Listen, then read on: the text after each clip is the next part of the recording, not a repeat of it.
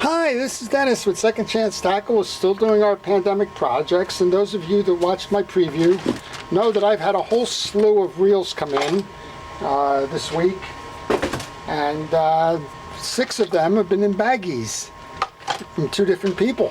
So we're going to call this our pandemic jigsaw puzzles, and most of them are Penn reels, and we're just going to put them back together for some folks that asked for some assistance there, and folks being our channel viewers. So I'm going to trust that all the pieces and parts are there, and we're going to find out. I think the one was probably done well because we had the folks were trying to re-chrome, and unfortunately they didn't complete the project. But the other one here in this bag, we're not quite sure about. So one of the things you want to do if you ever find yourself in a position where you bought a bag that's in a reel that's in parts, is you want to go to the schematic. In this case, we're going to work on a Penn 85 today. It's the Seaboy, and this one's available from mysticparts.com, and it applies to the 285 Delmar as well. But you want to make sure that all the pieces and parts are there. Now, I've worked on enough of these reels that I'll probably be able to tell by taking them out of the bag. But if you're working on these, take them off. Take them out of the bag, check off each one, make sure you have the pieces and parts, and then if there's something missing, mysticparts.com probably has that part for you, particularly on most of the Penn reels.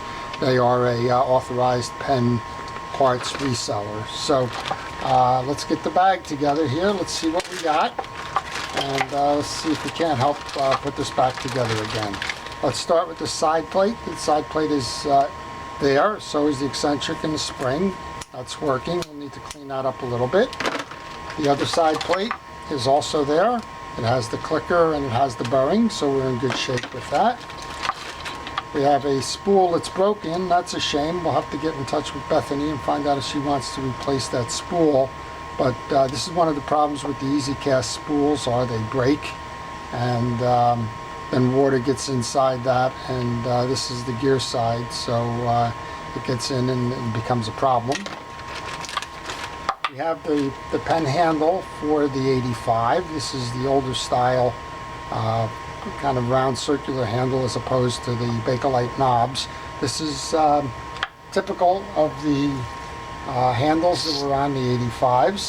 So I'm just going to put a little WD-40 in there. There's a stud that this rides on. If you put some WD-40 on there, it usually frees it right up. And now we'll get to the mechanical side of this. I'm going to use 2 trays here just to keep the big parts and the small ones together. We have a reel seat. You should have 4 crossbars. 1, 2,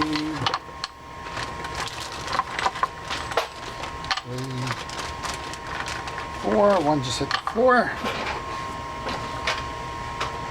Not a problem. Folks wonder what I have on my floor. I have a little plastic mat that kind of stops things from bouncing, but we have the 4 cross posts. We have the star adjuster. And then we have most of the assembly parts inside. So let's go ahead and take a look at that. We have the bridge. We have the main gear. We have the ferrule.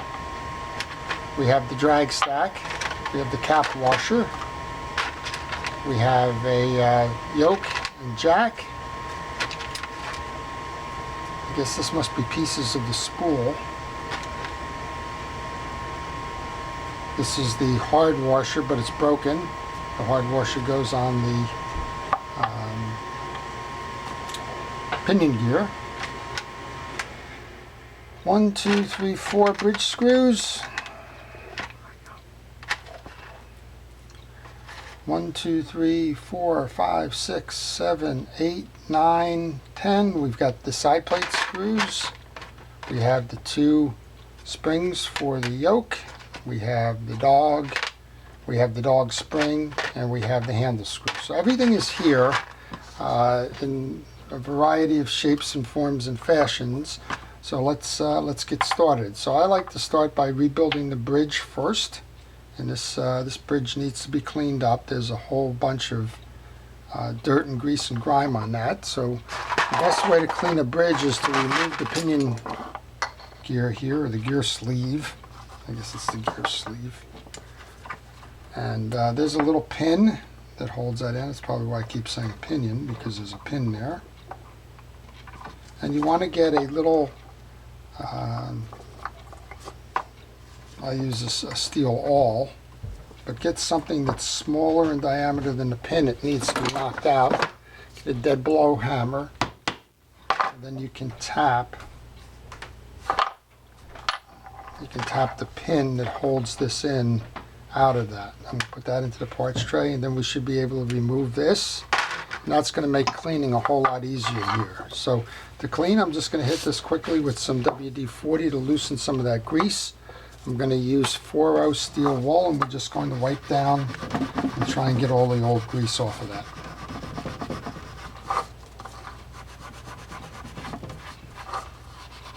Now this spool is broken. That kind of compromises the reel. If you have an 85, you don't have to buy the spool for the 85.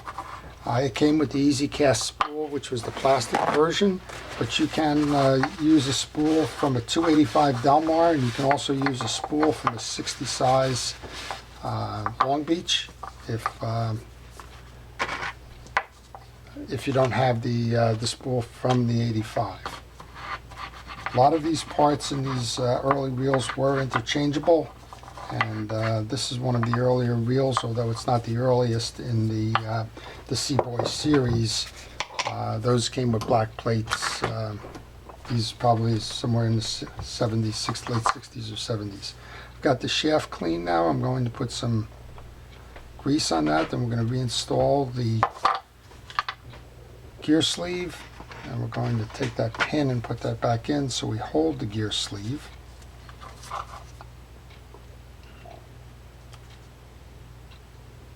And then I'm going to check the drag washers on this. And we may need to stop the video after this, and I need to go find some hard washers and the like. Okay, so this is a leather washer, and surprisingly it's flexible enough that it can probably be reused.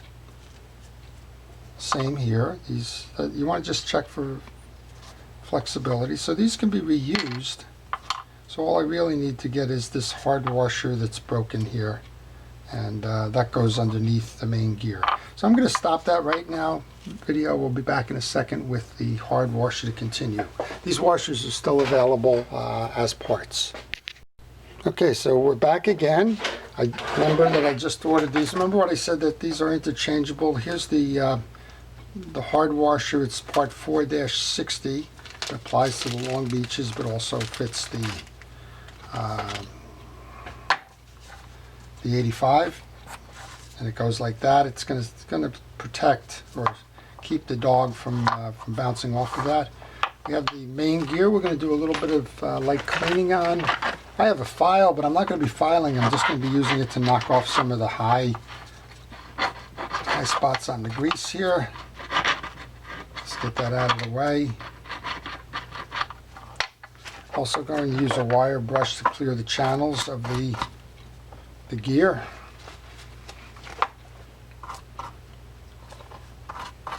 This one seems like it's full of grease. I'm sure this hasn't been serviced in a while. I'm just going to run this pick through there. Actually, I have another pick here with a smaller point. Actually, I have a little screwdriver thing here. Works better. Just going to come through here. Make sure that the channels are clear. If they're not clear, you're going to have rough performance in the cranking of the reel. While I'm doing this, I'm checking to make sure that all the teeth are uniform. I guess we must have just had that one little section there had the grease in it. Probably it was the way it was laying. You want to make sure they're all uniform. They're not chipped, cracked, bent, or otherwise. We can put that one on.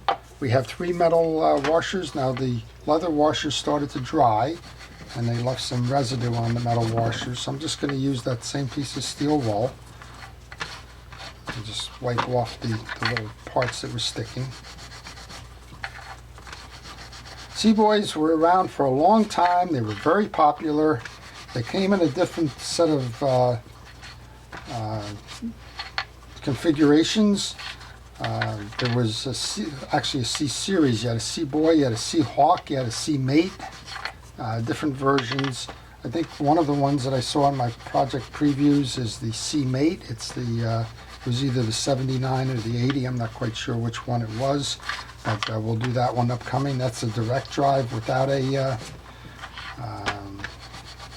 drag stack, and they were all very popular, particularly in the 50s and 60s.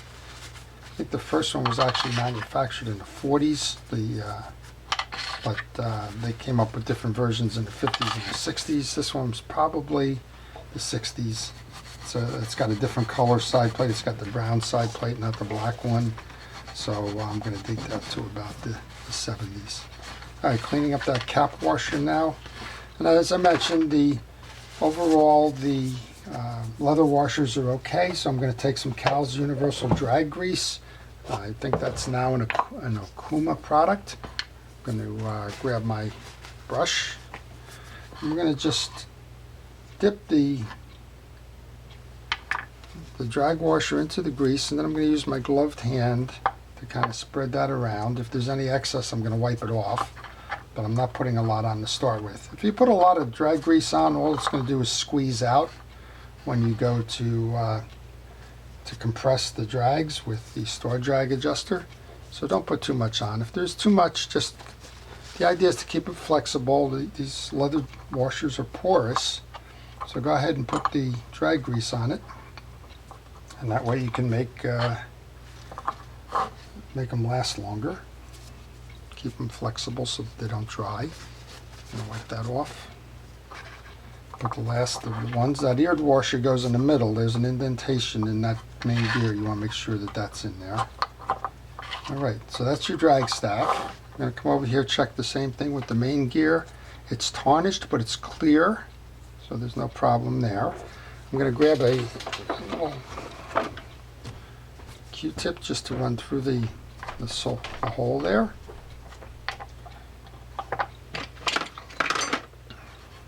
I'm going to come over to the side plate and let's clean this side plate in pieces up, and we can install that. So there's a lot of cleaning going on with this. I wasn't quite sure this was going to be a do your laundry video kind of thing, but again, I'm going to use WD-40 just to act as a solvent here, not as a lubricant. Just going to clean up some of the old grease. It's been lying there for some time. And there's enough of it there. We want to do the same thing here with our steel wool. We want to get the old grease off the pieces. This is the yoke, which is going to hold the pinion gear or spool gear. It shines up nicely. The one thing you can say about these parts from the reels of that era is that they were well made, and all these years later, 50, 60 years later, they're still in action, still ready to go. You rarely see plastic pieces in these old reels. You see a lot of that in the newer ones. Okay, just going to wipe these off. We'll find those two springs that we have for the yoke. Those go in the recesses. We're going to grab our brush. We're going to use Penn's Precision Reel Grease as a lube. I'm going to put a little bit around the shaft of the spool gear and a little bit inside there. I'm going to grab the yoke, which holds the spool gear. Make sure that that collar gets some grease on it. That's so that the ridge inside the gear here can ride smoothly. I'm going to put a little bit of grease onto the teeth of the gear. Now this side has got an indentation in it. That's to accept the spool. You'll notice that there's a shoulder on the spool here, and that's what we're going to do. You have to have that faced out in order for that to work, so it has to be facing the spool. If you put it in the opposite, and I just got a comment back from somebody who was reassembling a reel and said, why isn't my spool turning? And we looked and the spool gear was reversed, so just pay attention to that. One of the ways to pay attention is to take pictures along the way. If you haven't had a lot of familiarity with these reels, go ahead and take pictures. That way it'll tell you where you took the pieces off and when. That schematic that I'm using is also valuable, and in all cases they both provide good tips in terms of getting unstuck when you get stuck. Okay, we rebuilt the bridge here, relubed the drag washers. We're going to put a little bit of grease onto the teeth of the main gear. You don't have to put it on every spot. As it rotates, it'll work its way into the other pieces. Again, you don't want to overload that. To install the main gear then, you want to push down on the spool gear and rotate it until the bridge is holding that gear down. You want to find the fully threaded screw for the bridge. There's two different ones. There's a fully threaded and a partially threaded. The fully threadeds go below. The partially threaded go inside those springs. And we want to find that little dog spring that goes in the cavity here. Just be careful, this one seems to shoot if you don't do it right. After you do it enough times, you can get it right by feel. And that's how it sits in the cavity. I'll see if I can bring it up a little bit so y'all can see that. And then just complete the rotation of the bridge. And we can start by tightening this down a little bit. Alright, I don't tighten it fully. I want to make sure that I get all of the screws in first. And I like to rotate east and west, north and south. Now that's the partially threaded screw I was talking about. It only has the threads up top. And we're going to put that into the top opposite side, if you will. And again, I just want to get this started. And we'll come down and find the fully threaded screw for the bottom. And I'm saying bottom, the reel seat's going to be here. That'll be the bottom.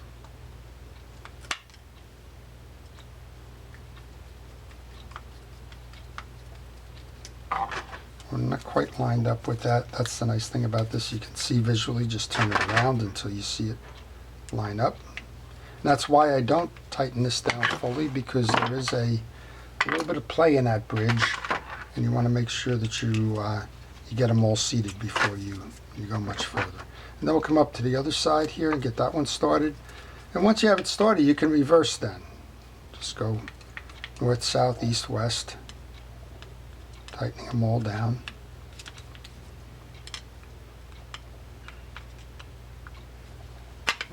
Finish up with this one.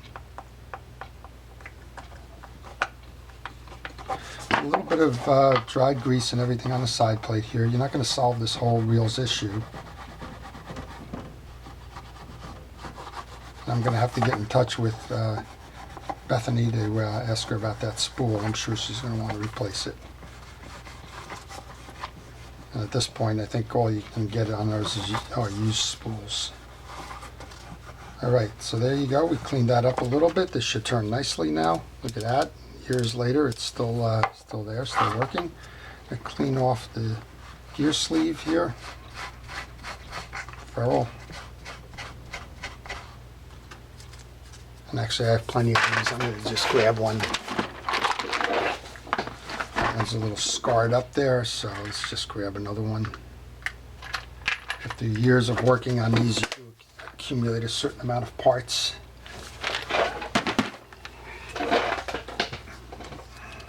That one back in.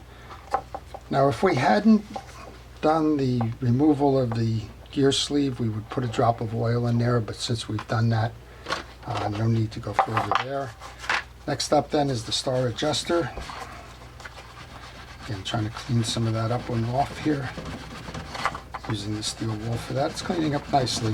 One of the things with the 85s is that they were not as heavily chromed as the Del Mars and the Long Beach. So you'll see that they fade faster than the others. You'll see on the back here, you'll always have a stamp number, almost always have a stamp number. That's the inside of the star adjuster. Go ahead and put that on.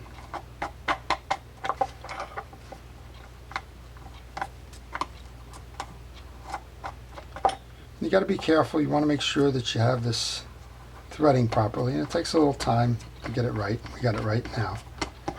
And then you can just kind of turn it and you can hear already that it's working properly.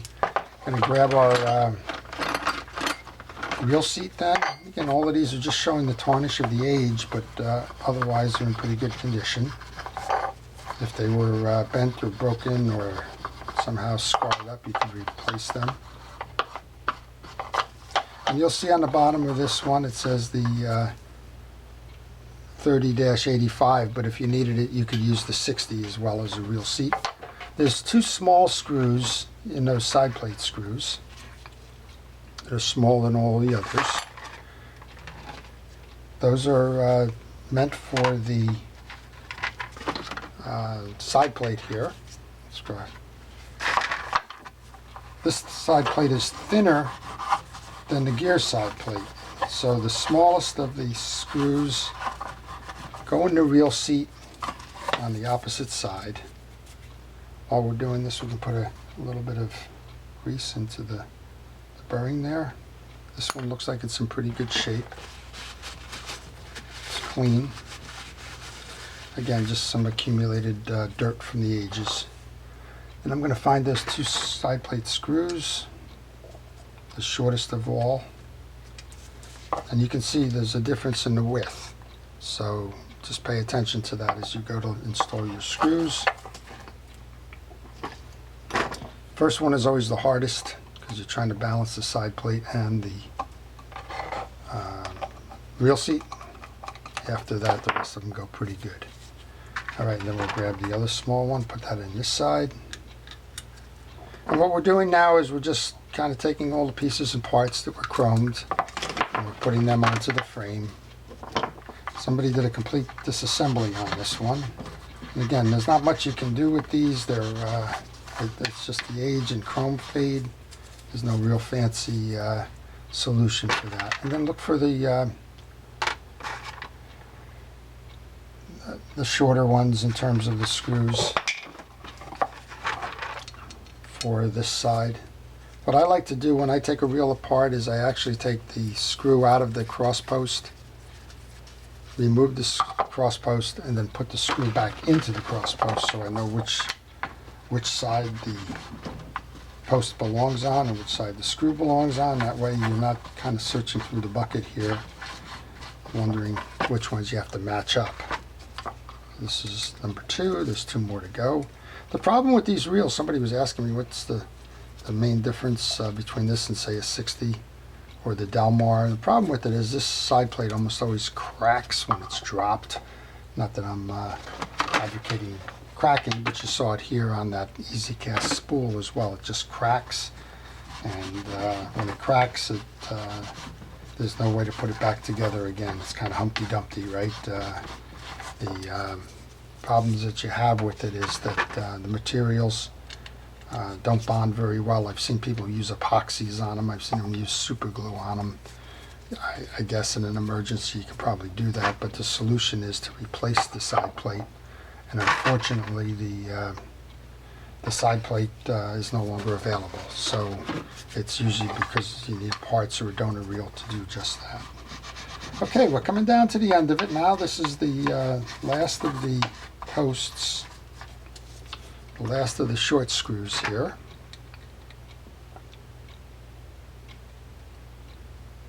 And it looks like I'm short 2 screws for the reel seat on the other side. So I'm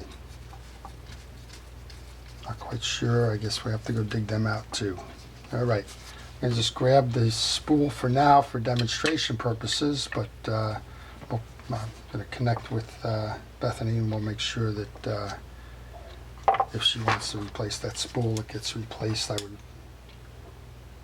recommend that. And put a little bit of grease on the jack. We'll put the side plate on now.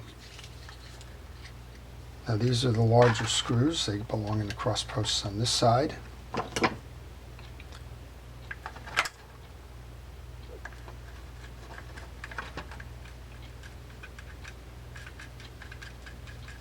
So not bad. I think we only lost 2 screws. We had a beat up spool.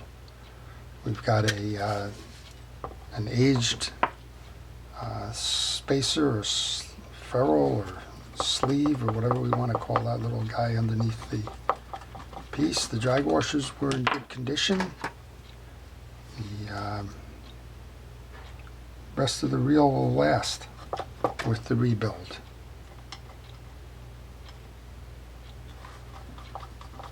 Just lining up the last 2 screws here, so we're short 2 screws on the reel seat. I've got plenty of screws, just like you saw my bucket there with the other pieces from the reel. We got the screws as well. So this is going to run fine. You can see we'll just take the handle, lots bit of cleaning here,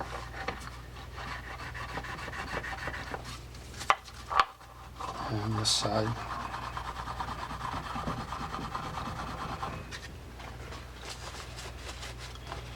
That's up next. That just goes here. Handle screw. This is a little bit different. This has actually got the screw on it as opposed to the nut. That's another difference. Not that it matters if you have the traditional scalloped nut from the other Penns. They will work fine. This one's just a big old screw.